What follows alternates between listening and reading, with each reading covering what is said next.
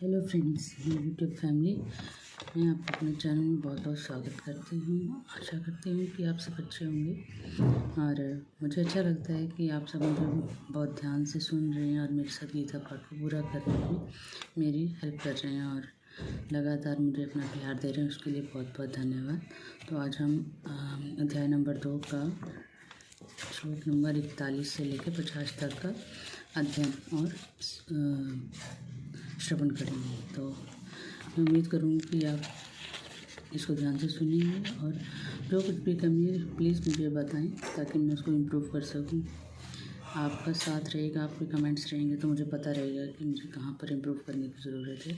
हम स्टार्ट कर रहे हैं श्लोक नंबर 41। व्यवसायत्मिका बुद्धिरेकेः कुरुनन्दन बहुशाखा हयन्तताश्च बुद्धयो अव्यवसायिनां। हे अर्जुन, इस कर्मयोग में निश्चयात्मिका बुद्धि एक ही होती है, किंतु अस्थिर विचार वाले विवेकहीन सकाम मनुष्यों की बुद्धियाँ निश्चय ही बहुत भेदों वाली और अनंत होती हैं। यामिमां पुष्पितां वाचं प्रवदन्तये विपक्षितः वेदवादरतः पार्थ नान्यदस्तीतिवादिनः। कामात्मानं स्वर्गपरा जन्म कर्म फलप्रदां क्रिया विशेष बहुलां भोगै ऐश्वर्य गतिं प्रति भोगे ऐश्वर्य प्रसक्तानां तया प्रहृतिचेतसां व्यवसायत्मिका बुद्धि समाधौ न विधीयते। हे अर्जुन, जो भोगों में तन्मय हो रहे हैं, जो कर्म फल के प्रशंसक वेद वाक्यों में ही प्रीति रखते हैं, जिनकी बुद्धि में स्वर्ग ही परम प्राप्य वस्तु है और जो स्वर्ग से बढ़कर दूसरी कोई वस्तु ही नहीं है ऐसा कहने वाले हैं, वे अविवेकी जन इस प्रकार की जिस पुष्पित और दिखाऊ शोभायुक्त वाणी को कहा करते हैं, जो कि जन्म रूप कर्म फल देने वाली एवं भोग तथा ऐश्वर्य की प्राप्ति के लिए नाना प्रकार की बहुत सी क्रियाओं का वर्णन करने वाली हैं, उस वाणी द्वारा जिनका चित्त हर लिया जाता है, जो भोग और ऐश्वर्य में अत्यंत आसक्त हैं, उन पुरुषों की परमात्मा में निश्चयात्मिका बुद्धि नहीं होती। त्रैगुण्य विषया वेदा निस्त्रैगुणयो भाव अर्जुन निर्द्वंद्वो नित्यस्ततो निर्योग क्षेम आत्मवान। हे अर्जुन, वेद उपयुक्त प्रकार से तीनों गुणों के कार्य रूप समस्त भोगों और उनके साधनों का प्रतिपादन करने वाले हैं। इसलिए तू उन भोगों एवं उनके साधन में आसक्तिहीन, हर्ष शोक आदि द्वंद्वों से रहित, नित्य वस्तु परमात्मा स्थित योग क्षेम को ना चाहने वाला और स्वाधीन अंतःकरण वाला हो। भावनार्थ उत्पाने सर्वतः संपलुतोदके तावान सर्वेषु वेदेषु ब्राह्मणस्य विजानतः।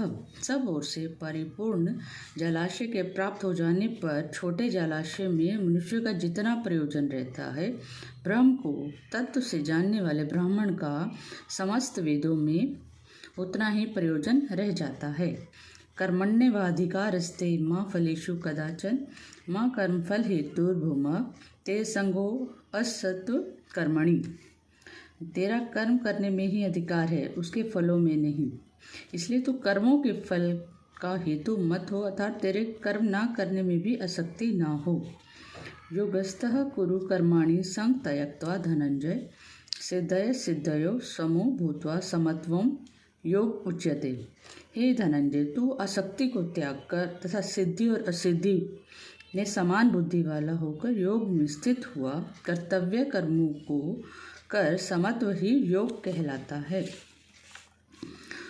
दुरेण हयवरम कर्म बुद्धि योगादन संजय बुद्धो शरणम अन्विच्छ कृपणः फल हेतवः। इस समत्व रूप बुद्धि योग से सकाम कर्म अत्यंत ही निम्न श्रेणी का है।